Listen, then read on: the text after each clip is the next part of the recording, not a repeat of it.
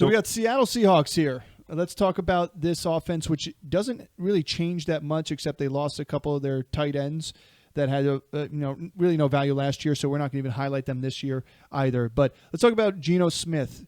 He had a fantastic QB, top 5 finish 2 years ago. Last year, kind of fall from grace a little bit. I don't know if it necessarily was his fault. He had some injuries here and there. I think the team wasn't as good last year, and it showed. I think the offense wasn't clicking. You had injuries at the running back position. You had injuries at the wide receiver positions. I just think it hurt the overall gel of this team. I still like Geno Smith as a late pick. Like, he's one of the most accurate passers in the league still, and he's still got his 3 top receivers. Like, that does not change, and he's probably going to get a better play calling system going this year compared to last. Yeah, I just think that there's a lot of quarterbacks out there that are being drafted, especially rookies that are coming in. Is he a top? He's a backup. He's a best ball guy in my opinion. He's a backup guy. Like, if you're hedging your bets with like one of these top quarterbacks, you can go real late on Geno Smith and have a backup. Like, even if I'm drafting a late quarterback and I'm not, I'm getting Jared Goff as my starter, or I go Jordan Love and I might go get a backup with like Stafford. I'm not going to go and draft Geno. And it's weird to say that because there's a ton of weapons here.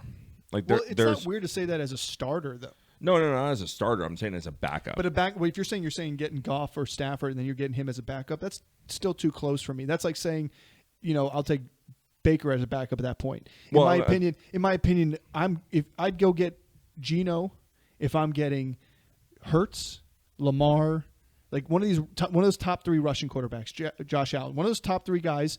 I'm going to get one. I'm going to get him if. I'd still get Kirk Cousins. I'd still get Aaron Rodgers. Well, still get Stafford. It depends on what you need at that point. Of course, but like, he's going in the 14th or 15th round. Like, he's going to kind of where Deshaun Watson's going. Like, they're kind of right there neck and neck. They're going to probably start the season either undrafted or they're going to be on a bench. And I think that's weird because, like, I know there's upside with Jaden Daniels. Obviously, I don't see anyone drafting like Bo Nix or Sam Darnold, but like there's a lot of weapons here, especially at the wide receiver position. But I think that this year is really going to transition a little bit more towards the ground and pound. I think Charbonnet is going to become a little bit more involved in the offense this year. Kenneth Walker is going to be healthy this year, and we're going to see him take over. He's a good 0 RB. He's a great too, 0 RB. He's going late too as well. Yeah, I like that. Talking about the running backs here, and transitioning over, I think Kenneth Walker as a 0 RB, and then Charbonnet, I think, is a second-year guy that really is going to evolve into that backup. I mean, last year we came into the season, in the offseason, saying he was kind of our favorite, one of our favorite backups to really take some volume away from Walker. And Charbonnet just didn't look good last year. I don't know. This offense in general just didn't look good last year. Yeah, it didn't look good. But he had a couple games where he sparked a little bit, but I don't think the return of investment wasn't there because everybody expected him to come in and really be a split backfield more than it was. Yeah. And these guys are, Kenneth Walker's going in the 6th round. That's kind of where he's hitting.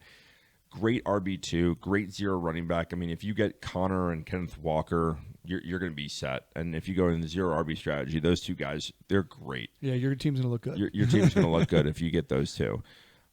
The most intriguing part of this team, I think, is the wide receivers. Yeah. And I think that, obviously, DK Metcalf, tremendously undervalued for what he does. He's very consistent. The problem that I think he has is he has these monster blow-up games. And then finds a way to disappear. Well, he's touchdown dependent. He's very touchdown dependent. But that's because the routes he runs are touchdown garnering routes. They are. Like, he gets those sidelines, he gets those sideline deep threats, he gets those red zone catches there.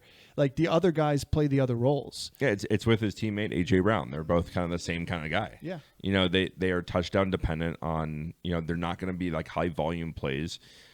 But I think that the guy I'm most interested in right now, and I think one of the best values that you can get at wide receiver is JSN. I think JSN is going to take a huge jump in year 2. I actually think that he's going to end up taking the number 2 role. He should. where everyone thought he was going to do it last year. Both me and you were on the same page with like pump your brakes, guys. Like Tyler Lockett is still here. There. And Lockett was a proven guy. We liked Lockett over Metcalf last year. It didn't work out because Lockett got hurt. But I think JSN this year is really going to take a big step forward. We saw flashes of it last year. Well, we and hope the it's volume a step just forward. wasn't there. No, what the volume wasn't there, but also his ADOT wasn't there. He needs to take a literal step forward on the field. Yeah. Like he needs to step forward past the line of scrimmage on some more of these routes. A lot of these screens he was running, bubble screens, quick hits, they're great because we know he's an athlete. But look what this guy did at Ohio State. Like for us to sit there and like he was doing what Lockett was doing for Seattle years ago. So I think you're right. I think there's an opportunity for JSN to garner the wide receiver 2 role and really have a big season. And to be honest with you, he could have better numbers than DK. Maybe not more touchdowns because I think DK is just a man amongst children in the red zone. But in terms of yardage, in terms of receptions, I think the guy's going to JSN's going to be open more often. Like and from where he's getting drafted, he does have an opportunity to finish as a top 25 receiver. Yeah. And I think that he takes a huge jump forward from year 2. This offense should be better than it was last year and kind of reminiscent of what it was like 2 years ago. And him being a big piece of that, I think is going to be a key factor in their success. And we saw these couple games last year where he really flashed as like that's why they drafted him where they drafted him. Well, don't forget, he also came into the season with a hand injury. Yeah. So it was just think about people who are holding out or injured during training camps and all that stuff. It takes a lot longer for them to get up to speed and into the lineup. So Jonathan Taylor and Josh Jacobs. I mean, Josh Jacobs, it was straight up holdout. Yeah. Sorry about it.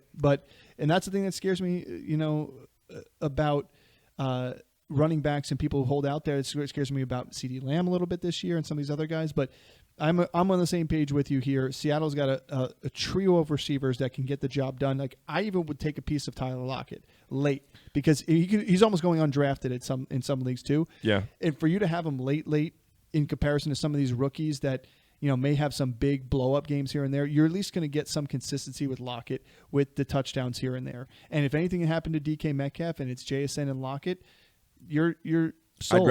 I'd rather own JSN Me in that too. scenario. We both agree. But yeah, we both agree. One of these two guys. I mean, obviously, if you don't hit DK and DK's going in the 4th round, if you don't hit on DK, you can always go and get Tyler Lockett or JSN later. I think JSN's going in the 10th round, and I love that pick. Yeah. I love that value for him. Yeah, like smash pick every day.